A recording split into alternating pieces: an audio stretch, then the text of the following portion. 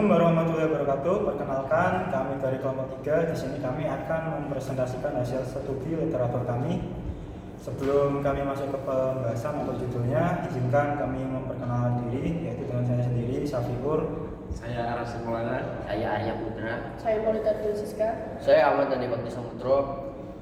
Untuk presentasi kali ini kami mengambil judul yaitu penerapan integer programming untuk optimalisasi produksi dan rantai pasok. Untuk latar belakang sendiri yaitu dari tuntutan dunia industri yang semakin cepat, di mana perusahaan harus mampu mengambil keputusan yang optimal di tengah keterbatasan sumber daya.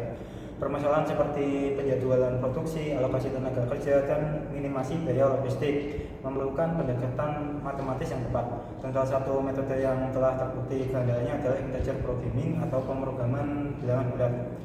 Melalui presentasi ini, saya akan menjabarkan yang pertama yaitu mengapa integer programming sangat relevan dalam konteks industri modern, dan yang kedua bagaimana penerapannya dalam berbagai studi kasus nyata berdasarkan tinjauan literatur terkini, dan yang terakhir apa saja tantangan yang dihadapi serta peluang pengembangannya di masa depan. Apa itu integer programming dan mengapa ia penting? Secara singkat, integer programming atau yang disebut IP adalah teknik optimasi di mana variabel keputusannya harus berupa bilangan bulat. Ini membuatnya sangat cocok untuk memodelkan situasi dunia nyata yang bersifat diskret, seperti berapa unit produksi yang harus diproduksi, berapa jumlah truk yang perlu dikirim, atau kapan sebuah mesin yang harus dinyalakan atau dimatikan. Bentuk yang lebih umum dari IP yaitu Mixed Integer Linear Programming atau MILP yang menggabungkan variabel bilangan bulat dan kontinu telah menjadi standar yang memecahkan masalah industri yang kompleks. Kemajuan perangkat lunak komersial seperti Groby dan Simplex juga telah membuat penyelesaian masalah IP menjadi jauh lebih efisien. Metode penelitian kami studi ini dilakukan dengan metode Systematic Literature Review atau tinjauan pustaka sistematis. Kami mengumpulkan dan menganalisis berbagai jurnal internasional, buku akademis, dan publikasi daring terpercaya yang terbit antara tahun 2015 hingga 2024. Kata kunci yang kami gunakan mencakup integer programming, industrial optimization, dan in-production scheduling. Analisis dilakukan secara deskriptif untuk mengidentifikasi pola, tren, dan kontribusi utama dari masing-masing penelitian. Hasil dari temuan utama, berdasarkan tinjauan kami, integer programming telah memberikan kontribusi yang sangat signifikan dan terukur di berbagai sektor industri. Saya akan menyoroti beberapa contoh penerapannya. Yang pertama, dalam rantai pasok farmasi. Studi oleh Singh & Co pada tahun 2019 menggunakan MILP untuk meminimalkan biaya. Untuk hasilnya, mereka berhasil mengurangi biaya operasional hingga 20%, sekaligus meningkatkan efisiensi distribusi. Yang kedua, di bidang energi terbarukan. Pada tahun 2024, merancang model MILP untuk mengoptimalkan pengumpulan biomasa. Model ini berhasil meningkatkan efisien logistik sebesar 15% dengan menekan biaya transportasi. Yang ketiga, pada masalah alokasi tenaga kerja. Penelitian Adderley dan kawan-kawan di tahun 2017 menggunakan MILP untuk menugaskan kerja berdasarkan keahlian dan ketersediaan jam kerja. Hasilnya output produksi meningkat hingga 18%. Yang keempat, di sektor energi. Yang pada tahun 2023 memanfaatkan IP untuk penjadwalan, menyediakan, dan mematikan unit pembangkit listrik. Keputusan yang optimal ini menghasilkan penghematan biaya operasional sebesar 12%. Dan yang tak kalah menarik adalah integrasi IP dengan teknologi modern.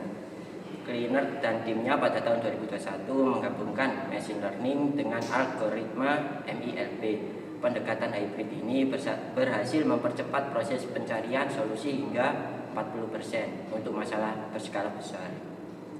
Selanjutnya, tantangan dan tren masa depan. Meskipun powerful, penerapan IP bukan tanpa tantangan. Kami mengidentifikasi 3 tantangan utama. Yang pertama, masalah skalabilitas. Ketika jumlah variabel dan kendala sangat besar, waktu komputasi bisa membengkak secara eksponensial. Yang kedua, sensitif terhadap ketidakpastian. Model IP tradisional sering mengasumsikan data input sudah pasti, padahal dalam industri data seringkali dinamis dan tidak pasti. Yang ketiga, kebutuhan integrasi dengan teknologi baru. Untuk mengatasi kedua tantangan di atas, IP perlu diintegrasi dengan pendekatan lain. Namun tantangan ini justru membuka peluang pengembangan. Tren penelitian ke depan berfokus pada yang pertama, penggunaan optimasi stokastis dan robust optimization untuk mengatasi ketidakpastian data. Yang kedua, kombinasi dengan machine learning untuk mempercepat algoritma seperti yang telah ditunjukkan oleh penelitian Kleiner. Yang ketiga, serta menyempurnakan formulasi model dan algoritma dekomposisi untuk meningkatkan skalabilitas.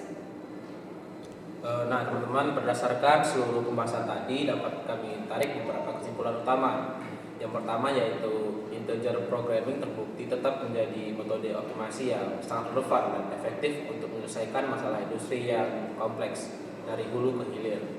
Nah, yang kedua, keberhasilan penerapannya yang terukur di berbagai sektor seperti yang telah kami paparkan, bahwa IP adalah alat yang sangat powerful untuk mengambil keputusan berbasis data.